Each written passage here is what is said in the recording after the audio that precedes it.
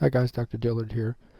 Let's do some endocrinology. It is Monday, it's week 7, and we were talking about Cushing syndrome.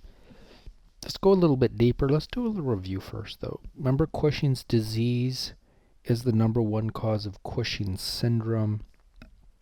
The S, I remember, in Cushing's syndrome means something is causing the Cushing's problem.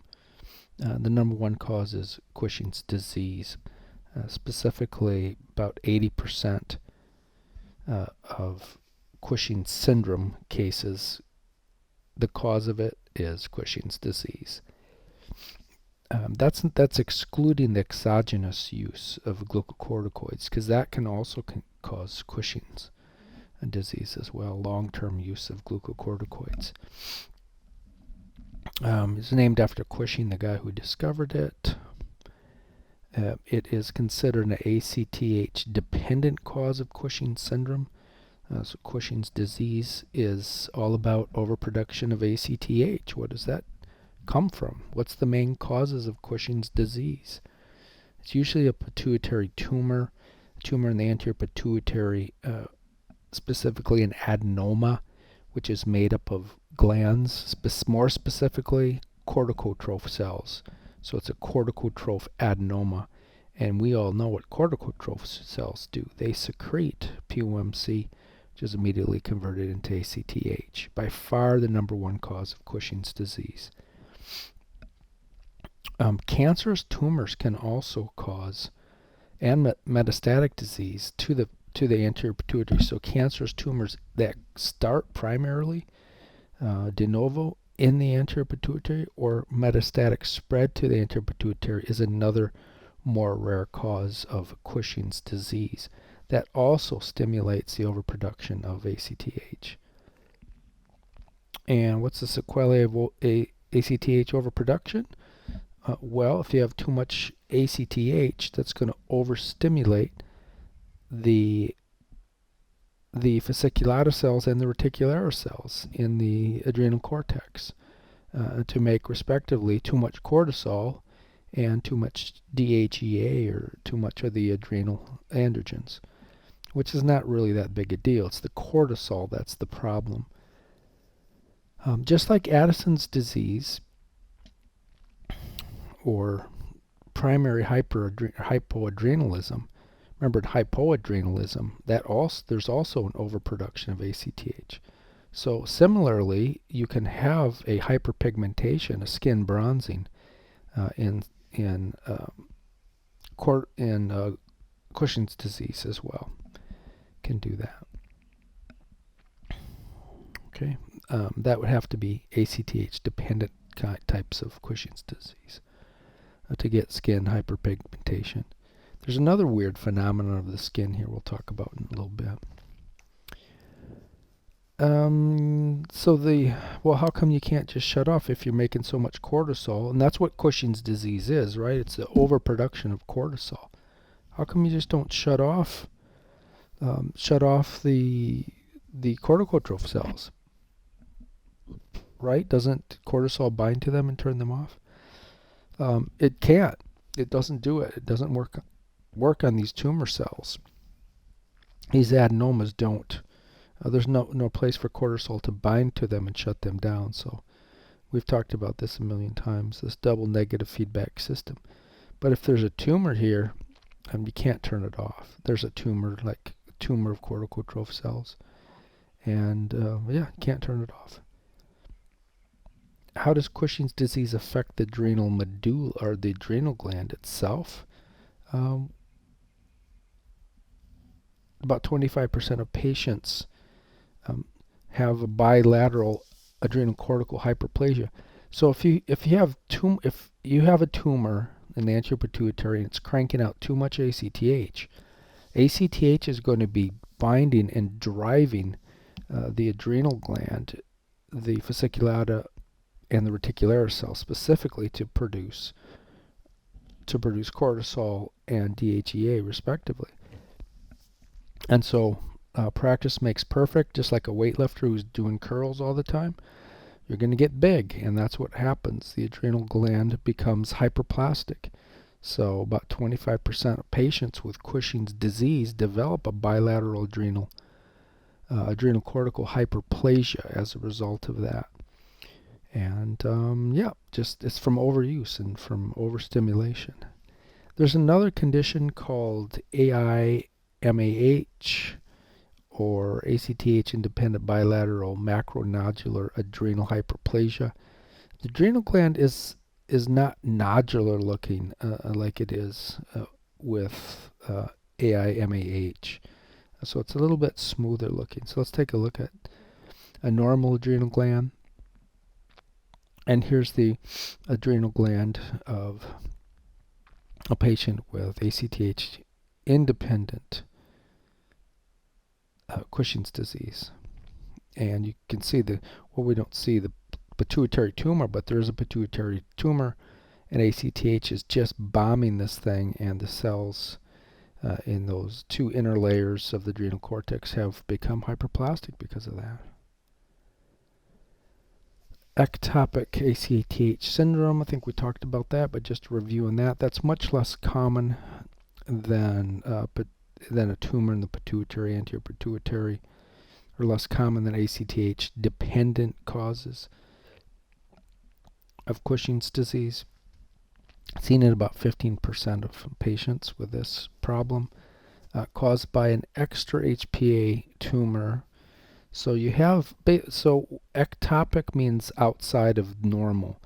ACTH means ACTH. So you have a tumor secreting ACTH, which is not in the pituitary, not in the hypothalamus. It's not in the usual place. It's in a strange place. And these tumors can secrete very large volumes of ACTH.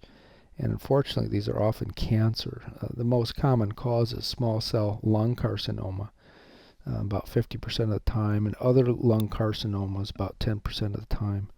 About 10% of the time, it's in the pancreas, and the rest, 30%, is just all over the place. I didn't even put all those in. Okay, so that's kind of our review.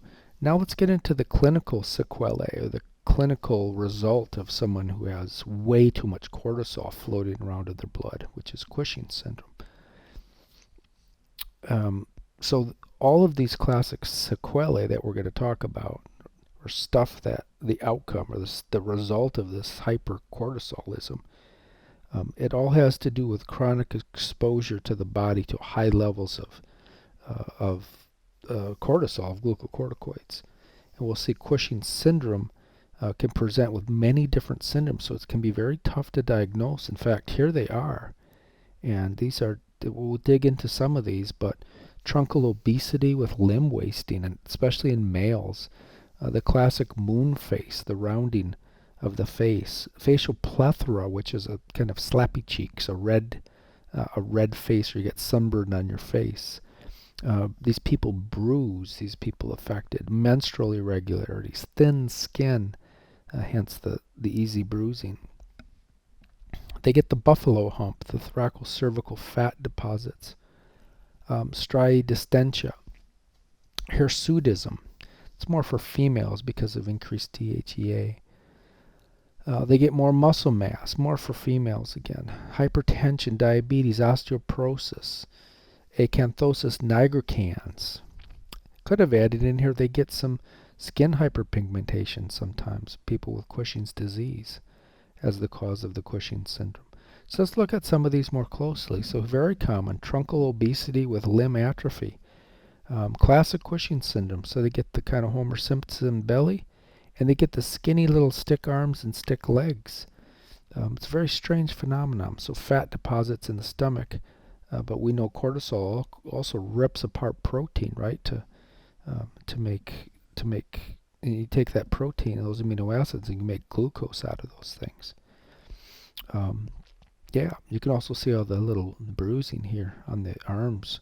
The skin gets very thin and delicate as well. But why does it get fat here?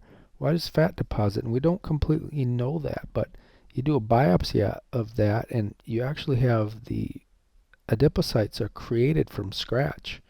And it's not just there in the stomach, right? It can be in the face, the moon face, the buffalo hump. Exophthalmos I didn't add, but it can be behind the eyes as well, make your eyes kind of bug out. So yeah, it's a problem, this fat kind of buildup. What about the skinny legs, the spindly legs and arms? Well, that's the protein catabolism that goes on, and why it likes to strike those tissues we don't know.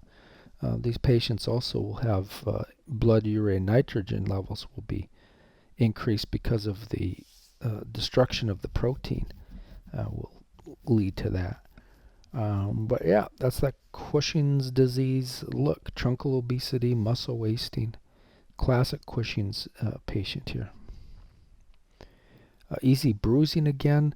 The cortisol will weaken blood vessel walls. We won't get into the mechanism on that, but if you have weak blood vessel walls, it doesn't take much, like working on your knees, scrubbing the floor, and you get, in this Cushing's patient, you can see she got bruised knees from just getting down and scrubbing the floor a little bit.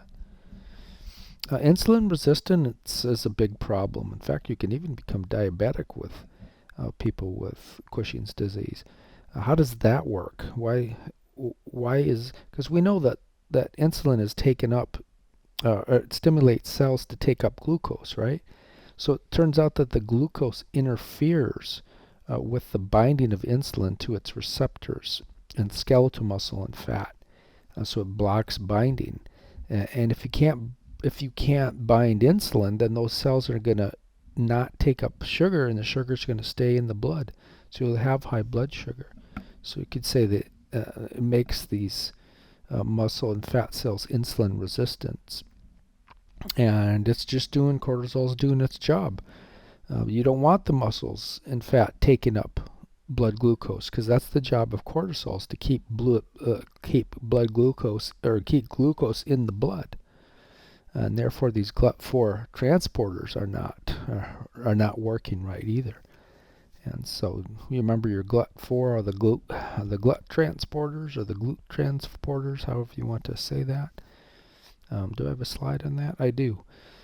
So this might be a fun little question here to get you with all the different Glute transporters. There's only the Glut4s are special because they're insulin dependent. They don't work. They won't be put into the cell membrane unless insulin binds first, and those are found in skeletal fat and in the heart. So those are very important. The rest of them they don't care about insulin. You'll still get these other cells fed. But all right, this is a weird one. Acantholysis nigrans, pronunciation A like Ray, cantho like bro, acanthosis nigricans. This is really weird, and we've seen this on people. Let's just jump to we've seen that on people, right? It occurs, it's like a velvety, if you ever touch this, it feels like velvet. It's a brown velvet hyperpigmentation. And it's not just in Cushing's patients. Any condition that causes insulin resistance, and people who have high levels of blood sugar can get this. So diabetes, Cushing's syndrome, obesity, some drug interactions. Occasionally it's indication of malignancy, like gastric carcinoma, adenocarcinoma can cause that. So it's a weird phenomenon. We've all seen it on people, usually in obese people. But yeah, it's a velvety brown hyperpigmentation. It's almost like a lichenification. If you people are preparing for boards and watching this, you'll 7th quarter will know what that is. It's like a tree bark kind of phenomenon. It's only this Acantholysis nigricans is only found in Intertrigonous areas. Let's break that one down. Intertrigonous areas. What does that mean? That's areas where there's folds, like at the nape of your neck here, in your axilla, where skin is rubbing. And normally thinner people don't have skin rubbing here, but if you're a little heavy, you can have a roll back here. When you're lifting your head, extending your head, skin can kind of pinch here. So that's a intertrigonous area. Right, here's again, kind of that velvety look. This patient is diabetic and has this. The cause of it is not well understood. One of the papers I read on this is not any of the books. I don't think you need to.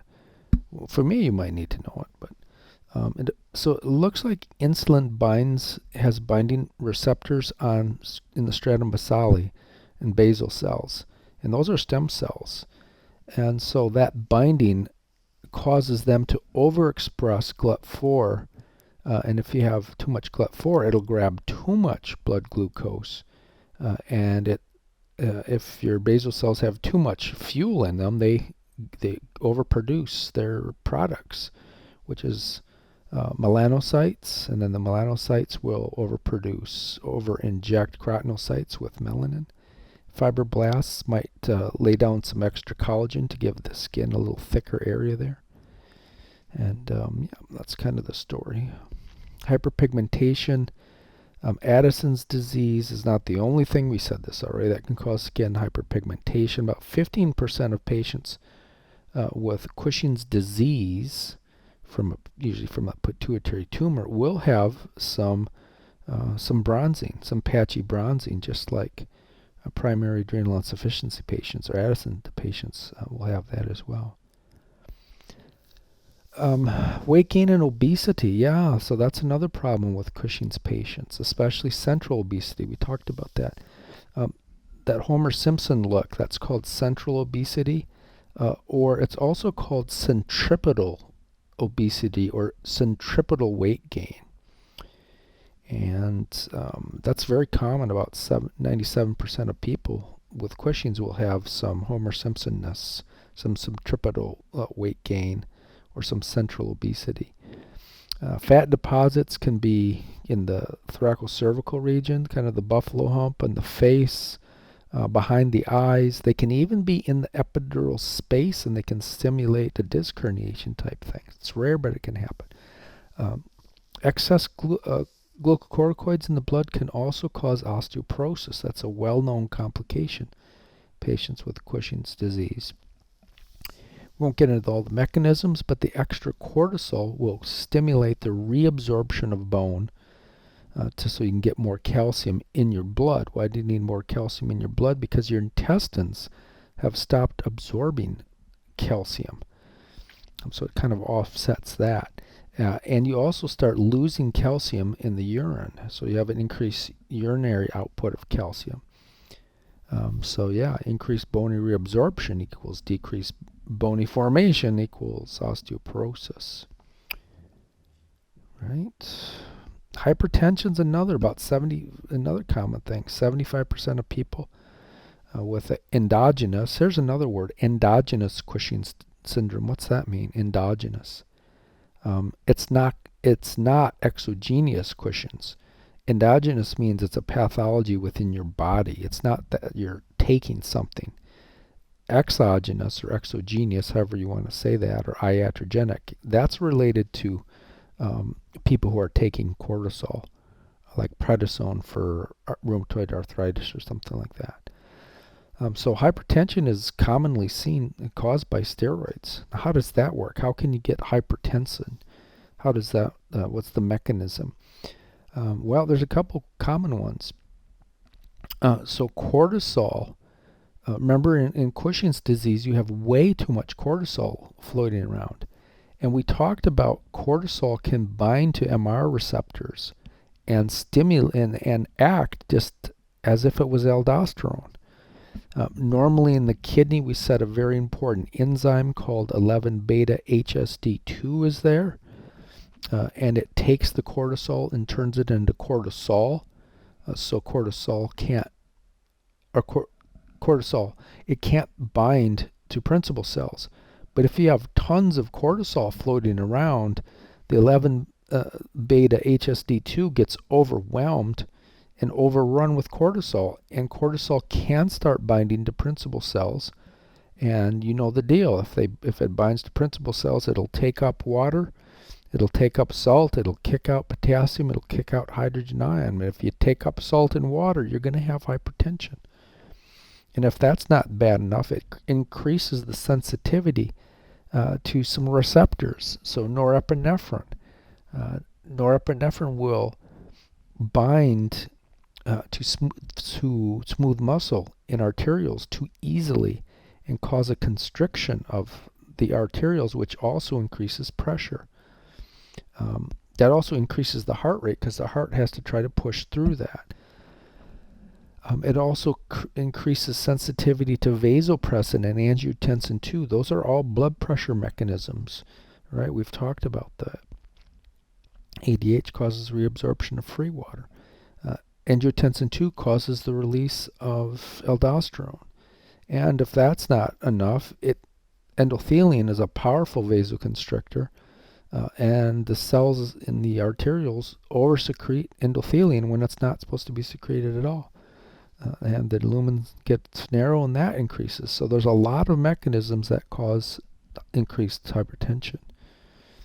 Hypogonadalism is another problem in infertility. Cortisol can bind to Leydig cells. Excessive cortisols can, its affinity is not the greatest, but if you have tons of cortisol around, you can bind. It inhibits the Leydig cells for making testosterone. So you get kind of hypergonadalism. And exophthalmos, we've kind of talked about something that's called proptosis, where behind, if you pulled out her eyeballs, she's got a lot of fat buildup behind the eyeballs. As a result, just like the Homer Simpson belly, just like the moon face, just like the buffalo hump, fat can deposit in very strange places when there's a lot of cortisol around. Graves' disease can also do that. I don't think we're going to have time to get into that. We usually don't. I run out of time because I got to get in the prostate. Children, a little different effect. They usually don't get that spindly stick legs and stick arms with a big belly. They get more of a general obesity. They get striae distentia. Adults can get that as well. And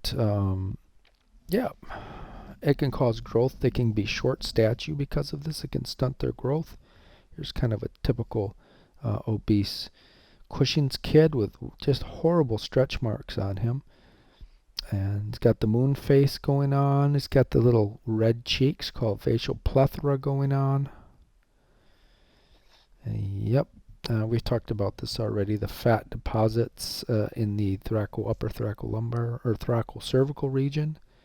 That's the moon face, the classic moon face, and the buffalo hump. Moon face is around you get fat deposits in your cheek. Right, there's the classic moon face in a Cushing's patient here. Seen in about 90% of patients who have untreated Cushing syndrome. Here's a classic, the so-called buffalo hump. The upper thoracic spine gets fat. Why in the world fat gets deposited in that strange reason? We don't understand why that occurs. Why wouldn't it be more general? We don't know. Here's a guy with striae distentia. He's got the facial plethora. He's got the moon face going on. Now, he doesn't have the spindly arms and legs, at least not yet. Right? The stretch marks, that's the striae distentia. They don't completely understand why that occurs.